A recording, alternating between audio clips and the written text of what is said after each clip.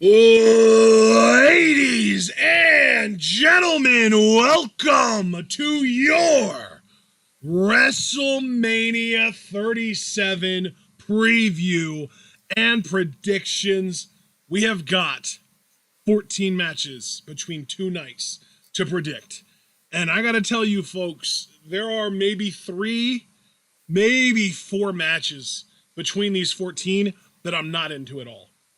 So the rest are varying levels of into to really, really into to can't wait kind of stuff. So I'm looking forward to it. John, how are you feeling, my friend? Dude, I'm feeling great.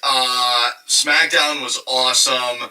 Live chat was great, and I have no doubt we're all going to be great. Mania weekend starting tomorrow at 8 p.m. Eastern Time, where we'll be live right in night one. And the thing is, you know, it's funny. Night one's got some matches that I'm hyped as hell about. Night 2, though, I think overall might be a bit more stacked. I don't know. I think overall, though, taking this Mania cumulatively and not ranking the 2 separate nights like I did with TakeOver Stand and Deliver, I think I will just rank this Mania collectively. And I'd say I think an 8's the most honest number that I'm at for this Mania. I think 8 is the number I keep coming back to. So I'm at an 8 out of 10 hype level. How are you on hype? Checking in with your hype meter. Well, John, based on the rule that we always go by, what do you think I'm at? You're at a 7 out of 10? 0.5. 7.5. All right, there you go. That seems like the traditional, like, I'll have a number in my brain, and then you'll say a number, and the number that you say is, like, at least 8 times out of 10, 0.5 higher than me. Yeah. All right, well, it's still a pretty high hype level, all things considered. It's about there. So, yeah, let's, I guess, get into this card. All right, let's get into it.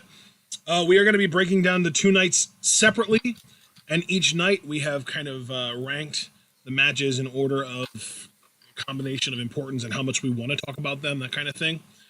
So night 1, we are going to start things off with a match that, you know, we're looking forward to it the least, but I actually am kind of looking forward to night 1, to this match in particular. Really, if we were just ranking these matches in order from the one that we care the least about, the one that we think is the worst, the one that we are looking the least forward to, the third match that we're going to talk about would be the first match that we talk about. But we included order of importance, and we know that WWE's been making a big deal out of a certain match. So we're going to have that happen later on. But for now, let's talk about Damian Priest and Bad Bunny versus The Miz and Morrison. Low-key, I got to tell you, man, I feel like my mom is not looking forward to this. I feel like a lot of people are dogging on this, but I'm looking forward to this match, if for no other reason, because we're going to get to see Damian Priest and John Morrison interact in the ring. Facts. I'm also looking forward to it out of the morbid curiosity I have for every celebrity matchup. I mean, because Pat McAfee set the bar, right? Like, you know, he had the best debut of anybody of any kind of notoriety. He actually did legit shit. Him and Adam Cole had a pretty entertaining matchup at that one takeover they did. And you know, the War Games was good, too, with the stuff McAfee did. Yeah. Now, Morrison at WrestleMania, it's a shame he's not on the celebrity team because, you know, he did team with Snooki that one year and they did get the win. But unfortunately, he's with the celebrity in his own mind in The Miz, a lesser celebrity to Bad Bunny. So I don't know if Morrison's magic's going to work. I'm just giving, this is an obvious win for the babyfaces here, I think. Yes. Yeah, so Priest and Bad Bunny going to win it. What did you think? Did you ever go back and see Bad Bunny's promo from Monday? No, I saw, like, his car get destroyed.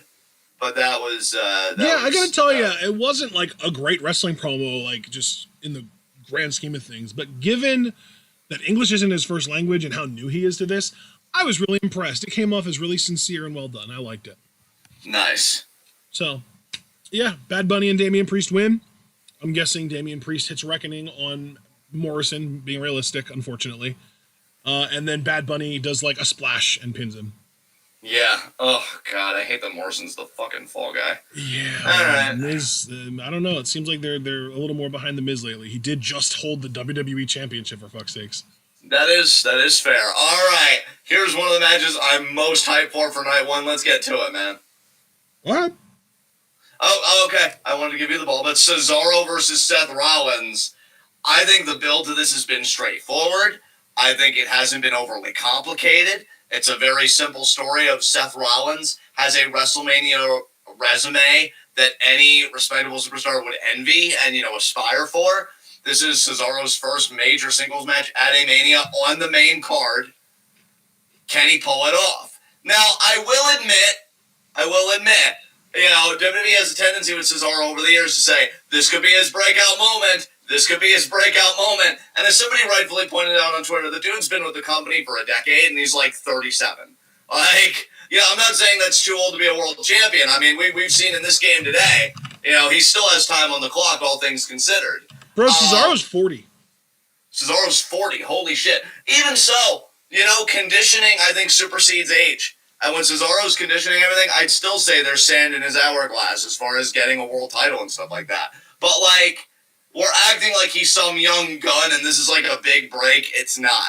And I do find that a bit humorous. I will say, though, and I've said this before and I'm adamant about it, and this isn't to say what WWE is going to do, this is just my opinion. I want to make that clear. I think Cesaro needs to win here. Otherwise, I would use the word burial, and I'm very careful not to use that word. Because the way they have crafted this story about Cesaro being the biggest waste of potential, he can never seize the moment, this and that. You prove the heel right here, you know, I guess you just put Cesaro in another tag team, right? But if he wins, I really start thinking, can Cesaro win Money in the Bank? Can Cesaro be on the marquee with Roman Reigns for SummerSlam? You know, what can Cesaro do now that he's beaten a guy that they have done a great job? Seth Rollins has done a great job, attire and all, however we want to feel about the suits that he wears, building himself up. Now, that said, who do I think is going to win? I have a sneaking feeling Seth is going to pull it out here. And the reason I say that, and yes, you're right, Foster, Cesaro also does win for fashion sense. The reason I feel like Seth's going to pull out the win here, even though, again, I will be so angry if he does, is because I think Cesaro's going to be more caught up in trying to entertain the fans out of the way of a crowd as a babyface, getting those swings on Seth, than winning the match. I think Seth's going to be more focused on winning the match, and that's going to be the difference. Hell, he might even get caught in a cradle by Seth because he's attempting a swing, and Seth gets the win. So, dispiritingly, I am going with Seth for the win, which disappoints me greatly. But I'd be fucking thrilled if Cesaro won this, and WWE better capitalize on that momentum if he does. I am very curious, though, what you're predicting here. I feel like I've been trolled. By me? Yes. God damn it. I didn't mean to. I'm just giving my honest thoughts here.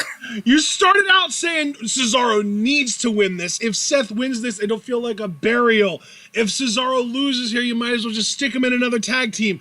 But yeah, I think that's going to happen regardless. Yeah, I mean, it's WWE. I was so ready to join you and be like, yeah, man, I'm not trying to get cute with this. I'm going to pick the babyface to go over after all of this shit that Seth's been talking. Cesaro is my pick. I'm trying to keep it simple, and you go the other way. I'm sorry, man.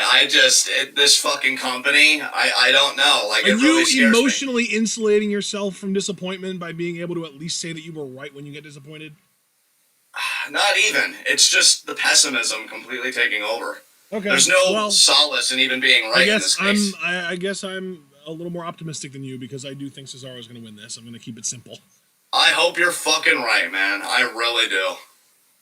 I'm not overly surprised if Seth wins. Like, I'm not going to be like Pikachu face. How could they if Seth wins?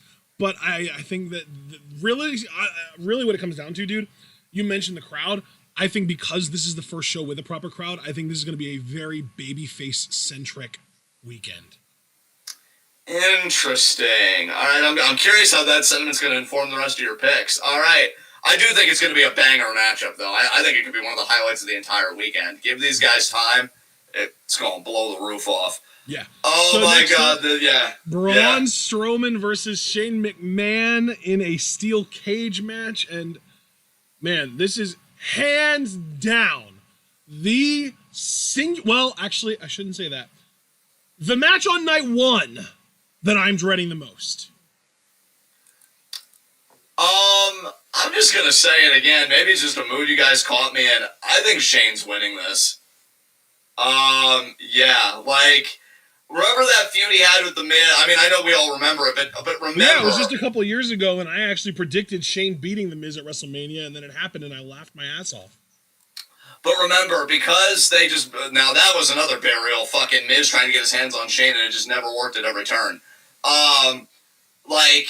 they had a cage match at one point, and Shane won it because Miz, like, pulled him out of his jersey, and Shane, shirtless, like, fell to the floor. I could see...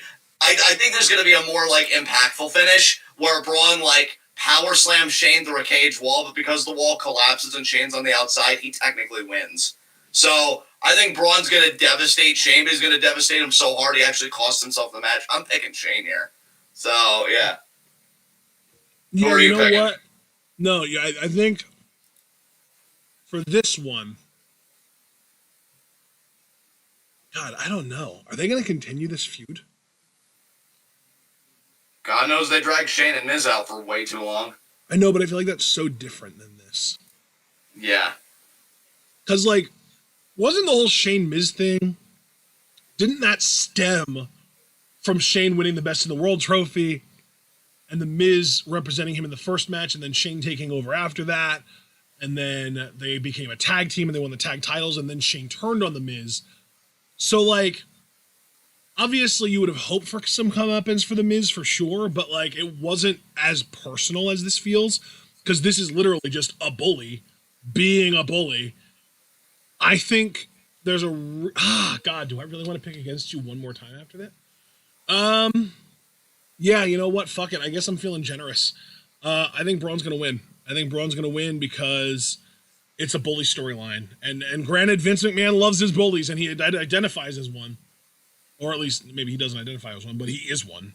But I feel like the story itself lends itself to the bully getting their comeuppance here. So I think Shane will definitely have some tricks up his sleeve. We're probably going to see him jump off of something, and we're probably going to see a coast-to-coast. But I think Braun is going to win this. I think once he gets his hands on Shane, and especially because I think they're really trying to push Braun as a babyface.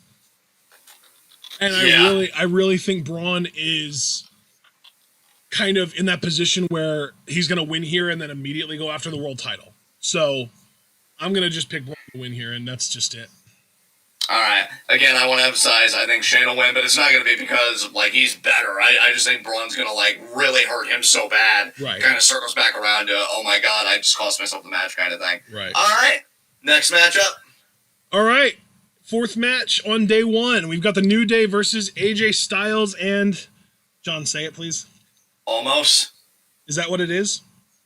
I mean, that's what they say it is, right? Okay, yeah. I thought they said Omos or something like that, but yeah. Or no, I think they do say Omos. You're right. God damn it, WWE. Because I think I've been saying Omos the whole time. I think it is Omos. I think you're right. But, yeah, where I'm at, and this is nothing against the New Day, they've been tag team champions so many times. Ever since their record-setting run, to be honest, ever since their record-setting run, I never thought they'd win the tag titles again. I thought they'd just go on a dry spell. But I think all of their reigns after that have been pretty short relative to that. And, yeah, I think they want to put Omos over. I think him and AJ are winning this big time, and I think Omos is going to get the winning fall, probably on Kofi or something. So, yeah, AJ and Omos are going to be your new tag team champions. Yeah, probably, especially because they're really building it up as the in-ring debut for Omos. I think that's probably, like, the sort of telltale sign that they're winning. But we agree on that, at least. Yeah. All right, fifth match. Let's talk about Lana and Naomi versus Dana Brooke and Mandy Rose versus the Riot Squad versus Natalyan Tamina versus Billy K and Carmella in the tag team Turmoil. Winning team faces Shayna and Nia for the tag titles on night 2. Yeah, this match makes me kind of sad in a way, because when I watched SmackDown tonight with you, I mean, obviously we live reacted to it. You guys can go see it on the channel if you missed it. I hated to see Billy K and the Riot Squad at odds. I really feel like that story could have been so much better if they just really committed to it. Same. But it's like, no, we're just going to have Billy flail around from act to act until something sticks, even though we found something that sticks, but I digress. My heart is with the Riot Squad. I feel like besides Boss and Hug, the titles were really made for them, and the Iconics, to be fair, and they were the second ever champions. But the Riot Squad, man, I have wanted them to taste gold for so fucking long. And you, I gotta give credit to you, because you've especially, I mean, you've always been a Ruby Riott fan, but Liv Morgan, you've really spoken up for her, because you've seen how much she's improved. Yeah. So I know you and I are like, these women have earned this. I mean, Ruby Riott needed double shoulder surgery. She was working with that kind of injury and still putting on better matches than a lot of the division, if we're honest. Yep. And again, Liv has really stepped up her game. That said, we don't get what we want here. So I can't delude myself into thinking the Riot Squad's going to win. I'll be giddy as fucking shit if they do, but I'm picking Lana and Naomi here personally. Oh my God, we are not on the same page today at all. I feel like this is so clear. Dude, here's the thing. I hope that either you're right or I hope Ruby and Liv win. Those are my two hope picks. I really do want Naomi to win just something at WrestleMania at this point. I know she won the Women's Battle Royal a couple years ago, but that literally didn't mean anything. It was like, it ran for 2 years and we haven't gotten it since. I really want Naomi to get this. And if it takes Lana getting it as well for it to work, that's fine. That's like the long-term story because of the whole thing with Lana and Nia.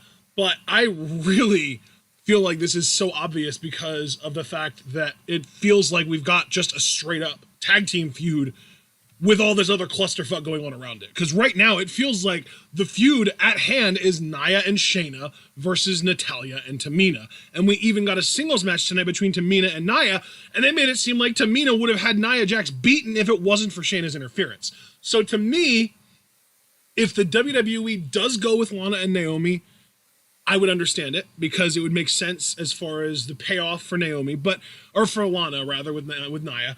But we've also got to remember Lana pinned Nia. I felt like that was kind of the conclusion of that storyline, and we really haven't seen much of it since. So to me, that's like you're dredging shit up from the past that already got concluded, whereas the Natalya and Tamina thing feels much more current. And it feels much more relevant. So I'm picking Natalya and Tamina to win.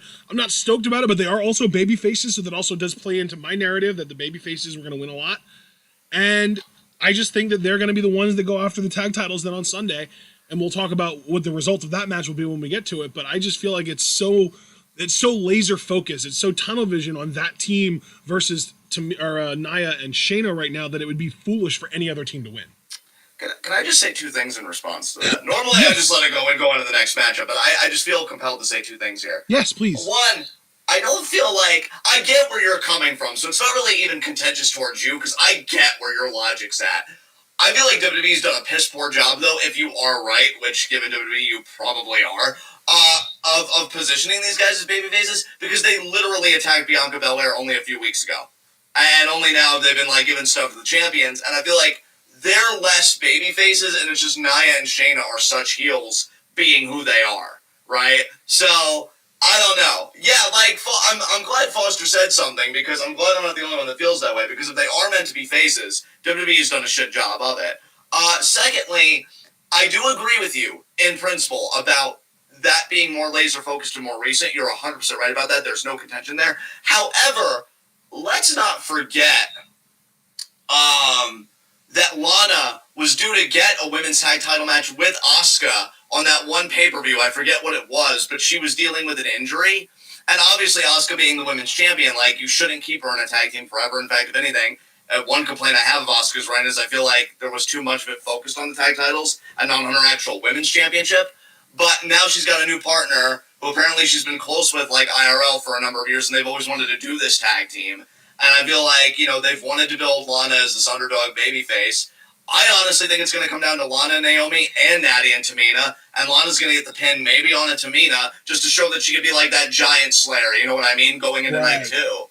And then, so I feel like the tag title match that Lana never got, not to mention, too, her and Naomi, I think, are owed a one-on-one tag title shot. Because didn't they win? Can somebody back me up here in the chat? Didn't they win some kind of fatal four-way women's tag match? Where Naomi pinned Asuka, and they were supposed to get a shot for that. So I agree with you that Tamina and Natty are more recent, but one, I don't buy them as heels at all. I don't buy them as faces at all, excuse me. And I don't think they are faces, and I think this is more about Lana getting a WrestleMania moment, and I'm just glad Naomi gets to be a part of it, because that woman is way too talented to be in fucking catering. So, where I will 100% agree with you. I completely agree with you that they should have built up Naomi and Lana more for this match. The thing is, just for the build to this match, just since we found out, the segment that set up this big four-way, originally now five-way tag team turmoil match, there has been no focus on any team other than Natalya and Tamina. That's true. That is true. And I think that's where my complaint is, because to me, if you're going to focus the entire build of a 5-team match on one of those teams, that one team needs to win. Yeah, that's fair. Again, yeah, I think you and I are in agreement about like the sentiments behind your logic. Yeah. Because yeah, I do agree with you on that 100%. 100%. Let me ask you this. I don't want to give the game away too early, but I guess I'll say this more for me since I am picking more of an underdog babyface-esque team. Could you see like Natty and Tamina being the next champions after like the more babyface team that I'm picking, and the more babyface team is just like a transitional champion to another dominant team in Natty and Tamina? Maybe WWE just feels it's too awkward to have Shayna and Nia against Natty and Tamina in a tag team match. I don't know. I don't know either. I really don't. I can't imagine. Okay, so like to me, if Lana and Naomi win the gauntlet or the turmoil match, right? I think they would probably not win the tag titles on Sunday. Interesting. You know, Paul brings a great point. I only don't want to fully endorse it because that's NXT and this is like a Raw matchup, so different creative teams and stuff like that. But he said Dexter Lumis lost, so you can still have the story and still lose. You know what? You're right about the fact that Lumis had a more personal story with Gargano, but you're wrong in the sense that Lumis wasn't the only guy that NXT was building up in that match. They were building up Bronson Reed. They were building up Cameron Grimes. Really Swerve and Rough, they weren't building up so much as they were building up that feud. But like, right. and hell, they were obviously building up LA Knight. I feel like they were building up a lot of the guys in that match. And it just so happens that Lumis had the more personal story with Gargano, but he wasn't the only one being featured the way that Natalya and Tamina are the only team being featured. Like, literally the only real anything that we've gotten from any other of the tag teams was the quick promo tonight where Ruby and Liv talked a little bit and then immediately got interrupted. Like that was, and then even that felt like it was nothing. So to me, really, like Natalya and Tamina, I feel like they are just there every time Nia and Shayna are around. Every time Nia and Shayna are on my TV, I feel like Natalya and Tamina are either already there or not far behind. You know what I mean? Yeah, I think the one thing I will say against both of us, maybe, I never feel comfortable putting something on you unless you explicitly agree with it. So I'll say this more for myself. I've completely checked out of Raw, as you know, so we don't even know how this match has been built up on the Raw side, given that it is interpromotional. Maybe they have built up another team on Raw, we just haven't seen it. Well, dude, the thing is, we always have our Among Us Mondays every Monday, but I still have Raw on during that, so I would at least know if they've been on TV much, and I don't remember them being on TV much at all. Interesting. Okay.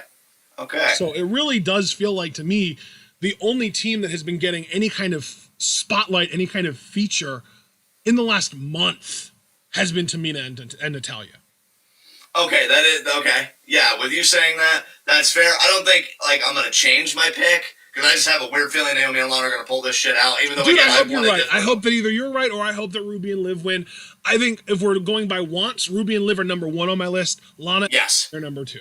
And yes, it's just like, okay, like Carmella and Billie might actually be my number 3, just because of how much I love Billy K. Yeah, Billy K deserves things. So yeah, nice little spirited discussion about that match, unexpected, but I'm here for it. Next match. Next, well, now we're getting to the big boys. Literally the big boys, because we've got Bobby Lashley versus Drew McIntyre for the WWE Championship next. Okay, so I want to field a question to you to start this. Sure. Okay, I want to word this carefully. We know the Hurt business has been... That makes one of us. We know the Hurt business has been broken up. I thought I saw somewhere, it must have been a match that Drew McIntyre won. Again, chat, please feel free to help me out, because God knows I can use all the help I can get. Where if Drew won this match, Hurt business would be banned from ringside.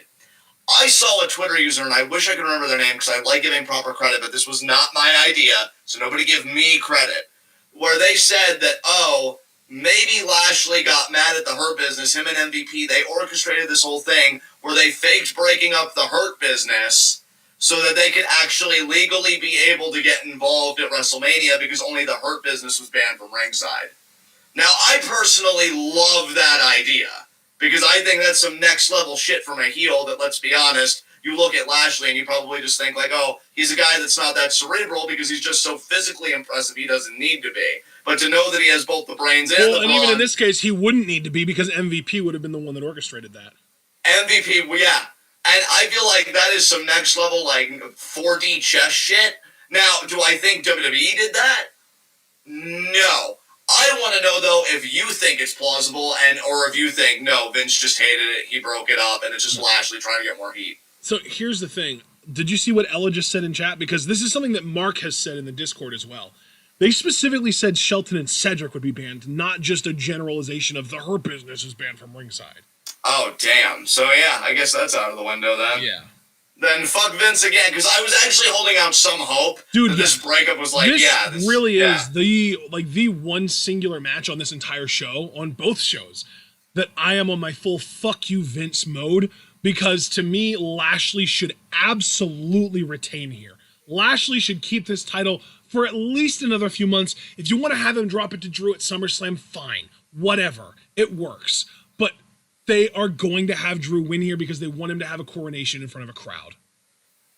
Yeah, I think I even said to you, I don't even know if it was on Among Us Monday or maybe like a different recording. I don't know what video it was. I know even I explicitly told you, like, I fear Drew is winning because he never got to properly have his Mania moment last year because of COVID. And I stand by that. I think Drew's winning here, and it's a fucking shame because I have nothing against Drew. I like Drew. But yeah, well, that's the thing. The problem isn't with Drew. The problem is with Vince. And the problem really, to me, is that Vince doesn't seem to realize how much this is going to hurt Drew. Because Drew, for the last year, really, literally up until this happens, Drew has been a completely valid, completely viable face of the fucking company. And as soon as this shit goes down, as soon as Drew wins this title, it taints him. It does. It does, because I was already worried about Drew, and I don't think they've done this as explicitly lately, but early on in his title reign when he was kicking out at 1, like, after so much offense, like, I worried about that. And, like, here's the fucking thing. If he's to be believed, as a kid, I used to love reading wrestling biographies. Like, that'd be something that I would read. And, like, I read Shawn Michaels' biography, Heartbreak and Triumph, and he talks about the Mania match that he had with Diesel. I forget what Mania that was. And Vince apparently told him in creative, when Shawn hits you with Sweet Chin Music, I want you to kick out at 1. And they told him, like, that's a stupid idea, because, like, he's the babyface. That's some heel shit. And they did it. They did what Vince wanted. Crowd started booing. Then Shawn got a near fall later, and the crowd was back into it. So, like, I worried about Drew then, because I think Vince has this idea, no, if you're a babyface, you gotta be impervious, nothing can hurt you. And I think tangential to that idea is that an obstacle doesn't exist for you.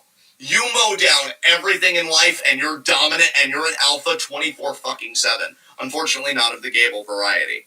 But yeah, like, I think Vince has this really antiquated, backwards idea of baby faces, and I think we've seen it throughout the years, and I think it's going to hurt Drew too. I completely agree with you, man. Yep. And Javar's coming in. It was Mania 11, and thank goodness they got Diesel back on track, because they could have tanked him in that one night. Like, no, man. Lashley needs to retain here because that's sympathy for Drew. And he's still going to be protected. Lashley's a fucking hoss. I believe Lashley beating anybody. Yep.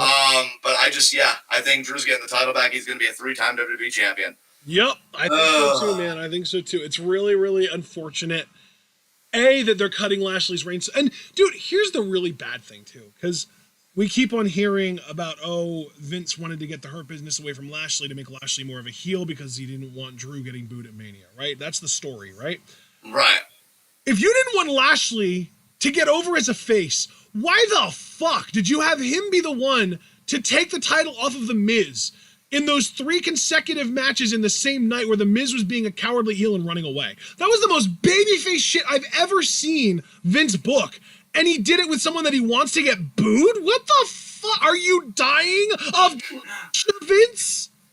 In this case, I know you used the Rick and Morty joke, but probably unironically, yes. Yes! Do it faster, please! Yeah. I know I joked with you earlier about, like, oh, wow, I should relocate your finger to the pulse. But no, legitimately with Vince, like, dude, what the fuck are you doing? Like, step away. Stop doing what you're doing. Yeah. Step away right now. Literally, you replace Bobby with Drew in that exact scenario, and suddenly people aren't pissed anymore because you didn't tickle their balls with the Bobby reign. Yeah. You know how long so many people have been waiting for this, and he's about to be like, yeah, but my Scottish babyface, though, who's reclaimed his heritage because, you know, I agree with that. Well, dude, you realize Christ. the McMahon family are, I forget if they're Scottish or Irish, but they're like of that heritage. Yeah. Like, well, yeah. So there's like that masturbatory element to it as well. I hate it.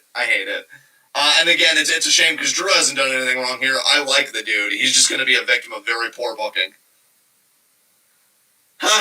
Anything else you want to say about this match? Very 2015 Roman Reigns vibes. Yes, and that worked out so well for him. What, 5.5, almost 6 years to recover? Yeah. Oof.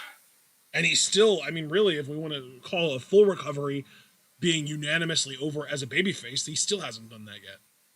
No, he's probably close to that with this heel run. And really, I probably shouldn't say this, but it took him 5.5 years or 6 years and a fucking bout with cancer to get over as a face in the first place. And now he's actually truly legitimately over as a heel. Yes. Oh my god. All right. Yeah, he's the worst. His incompetence is truly astounding. Really. And Foster wants Roman to be heel forever. Hey, honestly, Foster, I wouldn't complain. If he keeps making people the way that he is, fuck yeah. Yeah. Fuck yeah. Every babyface should get a feud with Roman Reigns if you really care about them and want them to get over. Like, you give them the Roman test. So nobody, including Vince. Well, yeah, because Vince is just like, no. Alright, main event of night one. Let's fucking do this shit. Sasha Banks defending the SmackDown Women's Championship against Bianca Belair, the winner of the Women's Royal Rumble. I am very curious what you think of this, John. I want to hear you first. Oh, God, I'm so flattered, sir. I feel like in parts the build could have been better to this. I'm actually backtracking on an earlier prediction I made this. See, that's why I said it doesn't get official until it is preview and predictions, right? Other than that, it's just talk. It's just conjecture.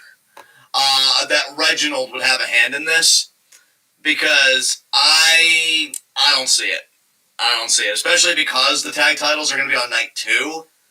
And he's tied up with Nia and Shayna, so Reginald ain't going to be anywhere near this, I don't think. Nope. That said, God, I've wanted Bianca to get some hardware for a long time. I still feel like the one mistake in her booking, at least from where I sit, I wish she would have gotten a run with the NXT Women's Championship just to see how she could be as a champion. Because I do think, beyond babyface and heel, I think there is a difference with somebody being a chaser and being a champion. And I wanted to know which one Bianca's better at, because I enjoyed her chase when it was Shayna. I'm really curious how she'd be as a women's champion, especially because they are, I mean, she's the babyface here. Clearly. WWE has at least made that unambiguous. I think in ring it's going to be fucking awesome. I'm tempted to pick Sasha though, if I'm honest. I think Sasha's going to cheat to win. I think it's multi-match program? I think so. I definitely think this is going to be because here's the thing, dude. You don't do what these women are doing, main eventing night 1, being the first 2 black women to main event like a Mania with the women's championship. You don't have all that and have it just be like a one-match kind of stopgap and then we move on to something else. Like, I see at least 3 pay-per-views between these guys. At least 3. You know how WWE likes to overbook feuds, so it might even be more than that, but 3 is like that pristine number to me.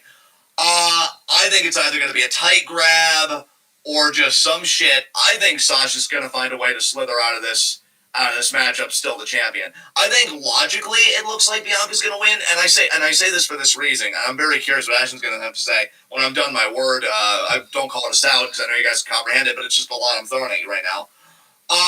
Vomit. She hasn't there you go.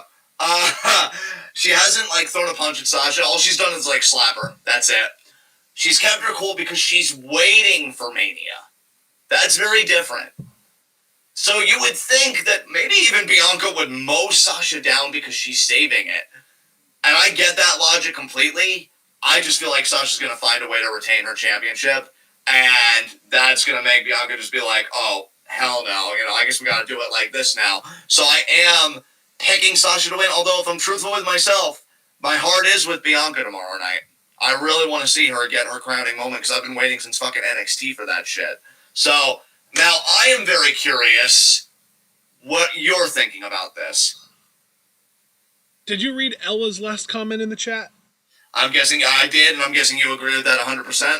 I absolutely do agree with that. Yeah, that is pretty much my part of my exact logic here. It's not my entire logic, but I think that this is this historic match. I think that they're going to want to do a big post-match sort of celebration. There might even be I'm going to Disneyland type moment with Bianca afterwards. I think it's going to be a big deal. Montez might even come out and celebrate with her. I think it's going to be a really big crowning achievement kind of deal. And I think that there is a rumor that Bayley will help Sasha retain, but I've been hearing now that Bayley might be doing something completely different at Mania. So I think that what might end up happening is if I would say, oh yeah, Sasha's going to win with Bayley's help, Bayley would show up earlier in the show and I'd be like, well, shit, there goes that idea. So I'm just not going to go there. I think that Sasha might try and weasel her way out of the match completely. And there might be almost like an Adam Pearce telling her, you can't get out of this. This is now no holds barred or no countouts or whatever the fuck. And maybe even almost like a situation similar to the Miz Lashley thing that happened on Raw a few months ago or a few weeks ago or however long ago it was, where she's trying to escape and the match has to get restarted a couple times. But I think that this is just going to be one of those matches where the stars align and Bianca wins. I think there is even a chance that Bianca will run through Sasha in maybe even 5 or 6 minutes. Because like you said, she's been saving it. She's been building it up. She's been kind of letting it stew. So I think that there's a really strong babyface moment for the finish of this match where Bianca looks dominant. Bianca wins clean. Bianca has a huge celebration afterwards, and we close out night 1 of WrestleMania on a very positive note. Yeah, I can understand that, actually. I think the card position with that main eventing, and I have to remember and kind of get over my cynicism that this is WrestleMania, and I think for main events specifically, is kind of babyface heavy. That said, though, I don't know. I'm gonna stick by Sasha, but here's the thing. Every time we disagree, and I have the more cynical pick, I'm rooting for you to be right. Because, I feel like the choices you've made, like Cesaro and Bianca here, those are the ones that I want. I just think WWE's beating me down so bad. I'm like, no, they're probably going to do this, and they're probably going to have the moment come too late. How ironic is it going to be if I end up being right about those 2 matches, knowing, damn, is WWE making better booking decisions on their pay-per-views than New Japan right now? Oh, God, what fucking world is this? Because it's not New Japan world. I actually unsubscribed since I don't think we'll be covering anything in May, and if we do, I can just easily resubscribe. But yeah, No, we are covering in May. We are covering on May 29th. They have a really big, basically almost like a Dominion level show. It's I don't know what it's called. It's Wrestling Grand Prix or something like that. Grand Slam maybe. But it's a Tokyo Dome show. It's fucking huge. Oh, wow, okay. Yeah. May 29th is a big one. All right, well, yeah, you're picking Bianca. I'm picking Sasha. Let's move on to night 2. Alrighty, night 2, the first match, the worst match, the match that we care the least about, the match with literally no implications and no anything whatsoever. It's just there, is the Fiend versus Randy Orton. Fiend wins, fuck this feud. That's it. That's all I got. Does the Fiend win, though? Yes. Yeah, probably. I'm wondering if they're going to start a WrestleMania undefeated streak for the Fiend. They can't do one for Bray Wyatt, but they could do one for the Fiend. Yeah, exactly. So I'm wondering if they're going to do that and have him be the big new WrestleMania streak like Taker. All right, so next up then, and we're agreeing on that. We're both on the same page. And next up, we get the shitty match out of the way. Now let's get the problematic out of the way. Riddle defending against Sheamus for the U.S. title. You use problematic. Is it because Riddle is garbage, or is there something else I'm missing? Okay, yeah. Actually rooting for Sheamus here, believe it or not. I think he's been really putting in the work lately. His stuff has been quality. Granted, his match with Drew at Fastlane, I could have done without it. Was kind of a snooze fest to me. But, I think that's because it just went on too long for me. I still think everything that Sheamus did, looked good enough. I do think Riddle's going to retain, though. I think Riddle's going to retain. He's going to have, his moment in front of the crowd, blah, blah, blah. So Riddle retains. Agreed. I also, I think Sheamus has already held the U.S. title. He really doesn't need another one of those. Like, it's he's got that notch in his belt. He doesn't need to double down on it, you know? Exactly. All right, let's get into our third match then. And our third match is Kevin Owens versus Sami Zayn. Obviously, we know Logan Paul. I don't know if he's going to be at ringside or if he's going to be on commentary. I have no clue in what capacity he's going to be there, but we know he's going to be there. You know, would you believe that I've actually had some difficulty with this match? Because, like, I feel like Kevin winning in WWE's mind, that would be the beginning of, like, getting Sami out of this character. Even though, again, I still want a network special dedicated to this documentary. They've done shit with Elias, and I've said over and over again, if you really want this character to peak, do a network special that is the documentary. That said, why I think Sami might win, we have to remember that during the trailer premiere, obviously, Kevin Owens appeared out of nowhere. He stunned Sami, but as he walked off, he kind of shoved Logan Paul. I feel like Logan, at one point, is going to get involved in this match. It's going to distract Kevin. Sami's going to roll him up, get the win. And really, the reason Logan Paul is here is to eat a stunner from Kevin Owens to get a big pop from the crowd. Because I think the crowd is going to boo Logan Paul. There's going to be a live crowd. We know the Pauls, even though apparently WWE got the better Paul, because Chad tonight during SmackDown Live Reaction said he's trying to be better. I think they're going to shit on him. Kevin Owens with the stunner, that's going to be catharsis for the crowd. But Kevin Owens is going to need a reason, and I feel like that reason is going to be Logan Paul costing this match. So believe it or not, I'm actually leaning towards Sami here.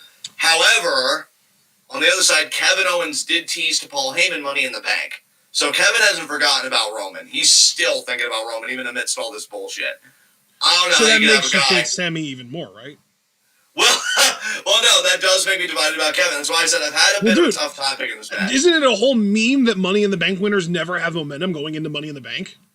Oh, God, that is true. And, God, that meme hasn't even changed, you know, when Otis won it, because he lost the fucking case to The Miz, and it didn't change not with only Miz, did he lose the case to The Miz, got but fucking nobody even saw Otis as a legitimate contender. Like, he had nothing going for him. He was in a fucking tag team. He came out of absolutely nowhere. Yeah. You know, like, And the year before that, wasn't it Brock the year before that stealing it from Ali? Oh, God, why'd you have to bring that up? Foster's here. Oh, was that the year before, though? Was that 2019 that I'm thinking of? I believe it was, yeah. Jesus Christ. Money in the Bank, come back to us. We miss you, please. Yeah, I love that pay-per-view. Stop hurting me, please. I low-key love stories like this, though, and I should be specific and say I love what these stories could be. Because, like, in my fantasy world, which is why I don't have a wrestling promotion, because I'd probably be worse than Paul Heyman. I mean, those checks would bounce real high if I was running something. Kevin would win here, but I'd actually have Sami, like, have his eyes open, be like, you know, Kevin, you're right. I'm going to start being accountable to myself. I'm going to go back to the old Sami Zayn. I couldn't think of a better place to start than Money in the Bank. And he wins it at Kevin's expense. Like, in a competitive way, not like, oh, haha, I tricked you or whatever. And like, no, he just outcompeted Kevin Owens, and he fucking wins it. I don't think any of that's happening. Who do I pick here? Honestly, if Logan Paul wasn't involved, I probably would have gone Kevin. His presence is really bothering me as far as picking a winner, because, like, how involved does he get in this shit? No, you know what? I think I've been a bit weird with my predictions on night one. I'm going to try and be a bit more stable on night two. I'll just go Kevin Owens. Kevin Owens will win, but I can't discard that Sami might pull this shit out. Are you just going straightforwardly Kevin wins? I'm going straightforwardly. Sami wins with the help of Logan Paul because of the shove. Damn. And dude, and here's the thing. Even if it wasn't for the shove, I would still pick Sami to win this first match because Sami's whole gimmick is that he's smart. He's going to outbrain Kevin. He's going to outsmart Kevin. And, like, there's also a part of me that thinks, like, there's going to be a moment where Sami has Kevin beat and then some fuckery happens that prevents him from winning because there's this conspiracy against him, right? And then Kevin stuns him and wins. But I think that's going to be more of like a later down the line thing. I think this is going to be probably like a 3 or 4 month feud. And I think that this first match, the heel has to win in order to just keep it going. So I'm picking Sami here. And I think it's going to be hilarious. And I think you're right. I think Sami's probably going to win with Logan Paul's help. I think that afterwards, Kevin's going to go after Logan and we might get a stunner. All right. Well, I'm picking Kevin Owens despite the fact that I had a logic to start that you're like, no, yes, that's correct. Dude, you did almost the same thing with Cesaro Rollins. Yeah. Why do you keep arguing against yourself and then picking? I mean, who better to argue against, right? But, yeah. John's just like, here's all the reasons why the guy that I'm actually going to pick is probably going to lose. Yeah.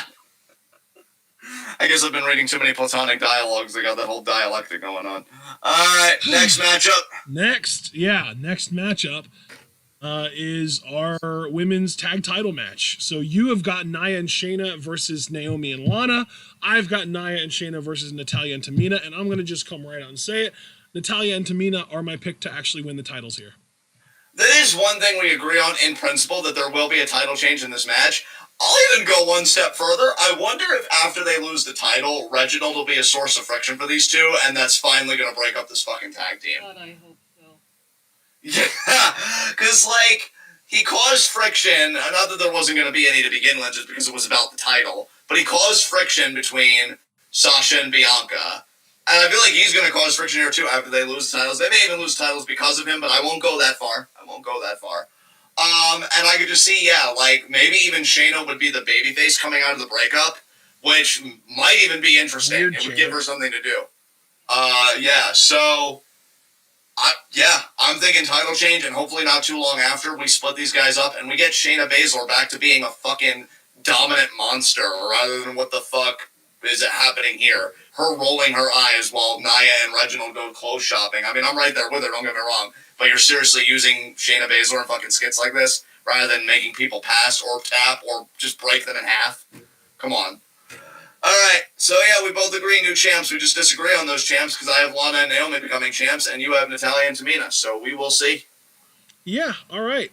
Next up, we have got our Raw Women's Championship match. Asuka defending against Rhea Ripley.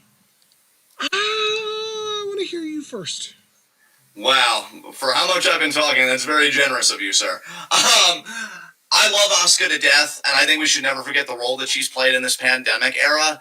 I will say, though, parts of her title reign have been lacking through no fault of her own, because I feel like WWE had her way too focused on the women's tag titles in parts, and I would have liked to have actually seen more quality feuds for her. And WWE, you've proven to me a few times now that you can make literally anyone. So just literally fucking try. So I This think is just like, no. Die. So I feel like in WWE's mind, Asuka's reign is kind of petered out, and I think they want to like push Rhea Ripley right away. So I'm going Ripley here. I think Asuka's the complete opposite of Charlotte. I don't think Asuka politics. I want to believe anyway, and she's given me no reason to think otherwise, that she's very selfless in the locker room. And I think if WWE told her, hey, we want Rhea to go over, Asuka's going to make her look like $1 million on the way out of her title reign. So Rhea Ripley's going to win this to me. I actually completely agree with you. This is one match where we are completely on the same page. Absolutely. I think that I wouldn't complain if Asuka retained. I think that would be cool too. I wouldn't be angry about it by any means. But I really do think that this is going to be Rhea Ripley coming out of seemingly nowhere, because that's what the WWE... God damn it, I had the hiccups. That's what the WWE treats NXT like, is that it's nowhere. It doesn't count ever. But I really do think that they're going to have her come out of NXT, which again is basically nowhere, get an immediate WrestleMania world title match, and win it. I think that she's going to get pushed to the moon straight out of the gate. I think she is the type of woman that Vince is going to want to get behind right away. Big time. You and I completely agree. I do just want to say this now to change your mind or mine. If Asuka does retain, I almost kind of want them to do something similar to Mania. I want to say 2 years ago, maybe 3, when Shinsuke turned heel post-match on AJ, and I would have Rhea turn heel, but I think WWE wants Rhea to be a big babyface. So again, no disagreements between us. I'm not trying to change any minds. I'm just saying if they do, for whatever reason, go with Asuka retaining, I would almost want Rhea to beat the shit out of her afterwards, just to make her a clearly defined heel here. So, yeah, I think she is already kind of meant to be a heel. Yeah, interesting, because you know I'm completely checked out of Raw. That's why. Yeah, you gotta check some of her segments. She comes off as a very heel. She comes off very heelish. Yeah, everybody in chat's even saying Rhea's been heel. So yeah, well, interesting. I really thought WWE would have wanted her to be like a big time babyface. Maybe she'd turn in the middle of her run. Oh yeah, I was gonna say I expect her to be a big time babyface eventually, but right now she's definitely heel. All right. Well, in the meantime, we both agree she's beating Asuka. So let's move on. All right. Let's move on to our semi-main event, hopefully on night 2. Big E defending the Intercontinental Championship against Apollo Crews. I'm just going to go ahead and say it, man. I think this is the one. I think Apollo wins the title here. I think this is it. Okay. Let's not forget too, Ashton. I don't know if you wanted to add this in the description. Nigerian drum fight. That's right. Yeah, it is. Okay. So this is probably the most John prediction I'm going to make on this fucking video. And I think I'll have Foster's support. Maybe. Actually, no, he just said Apollo wins, so I'm fucked. I don't even have the beautiful, pure one on my side. I'm fucked. Big E said on a Talking Smack in a very serious promo to Paul Heyman that he was going to beat Apollo. It's his Intercontinental Championship. And he's going to hold it for a calendar year until next WrestleMania 38, where he may face Roman Reigns, and he's going to pull a fucking warrior, and he's going to consolidate those belts. He's going to be the Universal Champion and the Intercontinental Champion. And you know something? I low-key believe it. I'm going to pick Big E to fucking retain here in Apollo's match to shut him down definitively. Like, no more title shots for you. Find something else. If there's a shakeup happening after, I could even see this Apollo gimmick going back to Raw. I don't know. I think we're probably sticking with the November draft time or October or whatever it is. Okay, so we still have a little bit of wait time then. I don't know what you would do with Apollo at that point, to be fair, and that does kind of put a wrinkle in things. But, dude, honestly, hearing Big E talk and having him have that kind of segment with Heyman, I'm really thinking, dude, WWE, I know WWE, I mean, we talk about this is the same company that changes scripts the day of shows, so I shouldn't give them too much credit. But I really do wonder, are they going to have Big E go on this monster run? Because monster title reigns are becoming, like, more common these days. Granted, they're with, like, fucking Promethean characters like fucking Walter and shit. But even Pete Dunne had a long run, and I find Big E to be more intimidating than Pete Dunne from where I sit. Just, one man's opinion. Adam Cole had his long run with the NXT title. So can you name a really good long run on an undercard title that isn't NXT related? Undercard title that isn't NXT related? That I would have to think back. I can't give you an immediate answer, and I don't want this to be dead air. So I'm just going to say no. That's the only reason I'm bringing it up is because Triple H loves long title reigns. Vince doesn't. Right. And that is fair. But I just wonder if this is their answer to Big E, because I know they've wanted Big E to be more of like a monster type, but I mean, Big E's even said, I'm fun. So if they could synthesize the two, well, you'll be a monster and that nobody beats you for that title, but you'll be charismatic while you're doing it. Can I ask you a question? Sure. The Big E Paul Heyman interaction, you said that happened on Talking Smack? That's correct. That's not been shown at all on SmackDown TV, has it? Not that I recall, no. Okay. Just wanted to, gentle reminder that stuff that gets said on Talking Smack, if it doesn't get brought back up on SmackDown, it's not canon. That's fair. I'm still going with Big E, though. I still think he's going to do it, and I'll say this, too. If he retains at Mania, then I'm probably just going to pick him to retain for every pay-per-view thereafter until WrestleMania 38. We'll see. If Apollo wins, I'm wrong, flat out. But if Big E retains, I'm really thinking they're telling a long-form story with him here. And Roman's a bit more complicated. We'll get to Roman in a second. But Big E's half of things, I think he's holding it down. And we'll see what happens. So, yeah, you're picking Apollo here. You're thinking it's his match. He's had so many tries against Big E, and he comes close every time. He's finally going to do it. I'm like, nah, this is more about Big E with no excuses from Apollo, really solidifying his status as the dominant Intercontinental Champion. So let me ask you this then. Since you said that you think Big E's going to hold the Intercontinental title for an entire calendar year and hold it until WrestleMania 38, do you think he then drops it at Mania 38, or do you think he actually will win the world title with it? At this point in time, now you know that you're probably going to have to check in with me again in the future when we do WrestleMania 38 preview predictions. At this point in time, I could see Big E taking it all, man. I could see him winning that world title. I think he can talk. I think he's got the look. I think WWE wants to be behind him. I think they're trying to figure out a way to be behind him, and this might be it. Just giving him a dominant IC title reign. I want to agree with you so bad, but I think that the one thing that Big E has working against him, really, I shouldn't say one thing. There's more than one thing. But the biggest thing I think that Big E has working against him is that he's not tall. And that's a Vince thing. Vince doesn't push guys that aren't tall. That is unfortunately I think he's true. like 5'10", 5'11". He's just not a tall guy. I feel like if he was 6'2" even, he would have probably been a world champion by now. Right. Yeah, I don't know, man. This is actually the one matchup, and it's so funny because I've said throughout the card that I'm really cynical. This is why I said this would be my most John prediction on this preview, because I really am that optimistic, and I'm more or less betting the house on Big E. And if Apollo wins tomorrow, actually no, it's Sunday. It's Sunday. If Apollo wins Sunday, I mean that house of cards just comes down. And hell, Big E could lose at any point, because we did say hold it straight through to WrestleMania 38. House card still comes down, but I think if he gets past Apollo here, it has a little bit more stability than it did yesterday. I'll put it that way. Oh, God, don't say that. You know Vince. He's going to retain against Apollo and then lose it to, like, Nakamura or some shit on Friday. Yeah, and again, you may very well be right. But for this moment, I'm picking Big E to retain. So, there you go. Right, well, I don't even know what to say there. I do love Big E. I don't know if he's really going to be seen as a main eventer. I feel like if he would have been seen as a main eventer, it probably would have happened by now.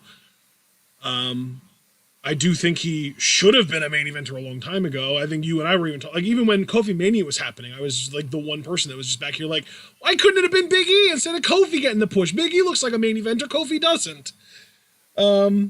But I feel like the story just kind of lends itself to the newly turned heel that couldn't beat the face as a face, getting a win over the face in his own specialty match, you know? Yeah. I just feel like the odds are too much in Apollo's favor for Big E to retain. But if he does, it'll be a really nice notch in Big E's belt. Like, I know he's beaten Apollo before, but it would still be kind of a step up from the previous Apollo that he had beaten. And that's what's so interesting about this story, because I get everything you're saying 100%. I'm not out here trying to discredit it or be like, oh, Ashley, you're ridiculous. I mean, obviously not. But for me, though, I read it on the champion side of, like, this guy has been bothering me for fucking ever, and every time I beat him, there's always, like, that tinge of ambiguity to it, so we'll give him the whole fucking deck to play with. We'll do some Yu-Gi-Oh shit, where I'll give him a whole deck, and we'll boil me down to 5 cards, and my 5 cards are going to whoop his ass. Like, that's really how I feel like it's going to go down. I don't know. If Apollo, I also have to question what Apollo does after that. Like, I feel like you don't have a guy do this big heel turn. He adopted a fucking accent. He's got this completely new gimmick. And then he loses his first big match and then what? Disappears into the ether? Possibly. I don't know. That's kind of my big problem. Like, my logical problem with it is, like, if Apollo loses, there's nowhere for him to go. Because if he loses the Intercontinental title, he's definitely not moving up. He's not going after the world title. There's no way. I mean, what are we going to find a fucking tag team partner? Like, that doesn't really make sense either. There's nothing else left for him to do, really. Right. Whereas if Apollo wins, then the feud with Big E could logically continue because Big E would want a rematch. And then even after that, he has a championship. He'd be able to defend it against people.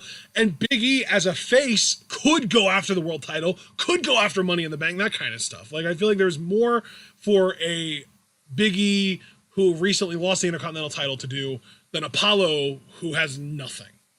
Right. That is all very true. And again, Foster said earlier, let's not forget how awesome these guys have been. This has been a very impressive undercard angle. And I have no qualms personally with Apollo winning. It's not, me being against Apollo. Dude, I feel like this has been the best undercard championship angle that the WWE has done in years. Yes. I just, again, am very adamant that I think Big E somehow is going to pull this out. All right. So, let's move on then to our main event of night 2. Roman Reigns defending the Universal Championship against Daniel Bryan and Edge in a triple threat match. Damn, Javoris just hit us with some depressing news, so that sucks. Gonna have to get my mind right. Yeah, this triple threat is gonna be fucking awesome. I love that Bryan's in it, which I know is surprisingly the more unconventional opinion. I think his promos have been great. I think his story to get in the match has been great. And Edge, I'm so much more invested in Edge now that he's bitter. And just feeling like really entitled. And Roman has just been in his fucking bag this whole goddamn time. Like, Roman's untouchable right now. And yeah, I agree. Foster took the words right out of my mouth. I ain't gonna mince words. I think Here's exactly what I think is going to happen, guys, and I'm pretty sure Ashton will agree with me on this, although we've been disagreeing a lot with this preview. I think Roman pins Bryan. Yes. And because Edge has been such a heel, I know I do the thing cracking like an egg, which I'm not going to drag it out, but I've said that Edge is the full-blown fucking omelet at this point. Edge is going to blame Bryan for everything like he has literally the entire feud. Yep. And that's Edge's next program is Daniel Bryan. 100% agreed. That's what I've been saying for maybe not months, but at least weeks. Yeah. So we're both in complete agreement. Roman retains, pinning Bryan, and Edge just fucking stews in it. And then the post-WrestleMania... Roman wins. He gets the win. Edge is probably out on the outside. Maybe he gets put through a table. Maybe he gets speared through the barricade or something. Maybe Bryan knees him through the barricade. Something like that. Edge is out. Roman gets the spear on Bryan. 1, 2, 3. We get the big Roman celebration. Roman's got all the pyro going. He walks up the ramp. At the top of the ramp, maybe we get more pyro, one more celebration. As he leaves, Edge beats the fuck out of Bryan in the middle of the ring. And we get follow-up on SmackDown then. Yeah. Yeah, dude, I'm telling you, they're gonna make fucking Bryan eat a concerto and write him out in kayfabe. And Edge is just gonna revel in it. He is eating a concerto at some point. I'm fucking convinced. Do you think it'll maybe even happen at Mania after the match? See, dude, maybe. If WWE is really comfortable letting a live crowd go home on night 2 of Mania with a downer, because here's the thing, I don't really think Roman retaining is that much of a downer. Depending on how over Bryan might be, it might be. Because I'm curious the pop Bryan will get. And Edge, for that matter. Because I don't know how the live crowd's going to react to Edge. Maybe they may be really fucking happy to see him. But I do think the downer would be, oh my god, you just gave a guy with a storied history of concussions a fucking concerto.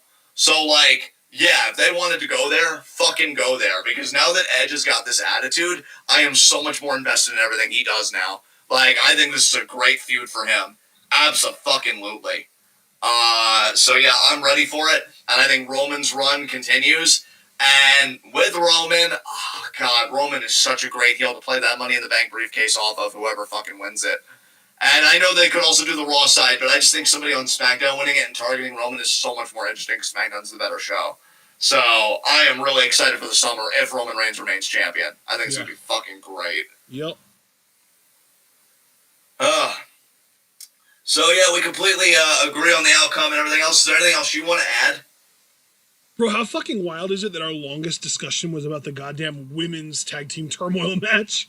Yeah, I thought our Intercontinental Championship match discussion would eclipse it, but yeah, I think, yeah, we did stay on the women for longer, didn't we? That's so us, though. That's so on brand. Yeah, it is.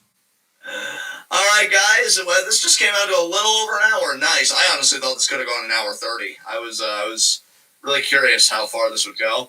But yeah, no need to be redundant or anything else. You guys know the drill. Leave a like as you file out. Subscribe. Click the bell icon for notifications so you don't miss any of that goodness. Check out everything we're involved in the description box. We'll see you tomorrow at 8 for night 1. Let's see how wrong I am and how right Ashton is. And yes, I did mean exactly that because I know I was pretty out here with my picks.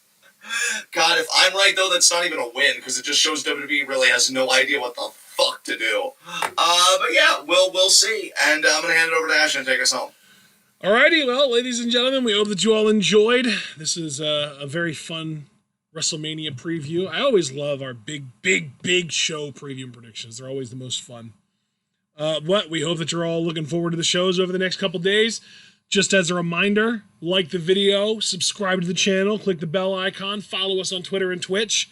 And if you would like to support the channel, you can also subscribe on Twitch, buy our merch on Spring, donate to our Patreon, and share this channel and this video with all your wrestling fan friends and let them in on the best kept secret in the YouTube and Twitch wrestling communities. That's right, we are TwitWow and we are the workhorses of the Y and T WCs. We will see you all for SmackDown. Let us know what you think down in the description or in the comments section. Post your predictions. We want to know, what do you all think is going to happen on this show? Any bold predictions? Any John-style predictions where you think that something's going to happen that hasn't been telegraphed at all? I'm very curious to know what everyone thinks. Be sure to, once this video is fully processed, post your prediction down in the comments. And, of course, we will be live reacting to both nights of WrestleMania, as well as the post-WrestleMania Raw and SmackDown on Monday and Friday on Twitch. So the WrestleMania live reactions will be here on YouTube like usual, but the post-Mania Raw and SmackDown, because there are going to be like commercials and talking segments and video packages and replays, in slideshow form and stuff like that, we will be doing our live reactions to Raw and SmackDown on Twitch so that we can entertain both ourselves and you all in between the interesting shit. So we hope that you're looking forward to that.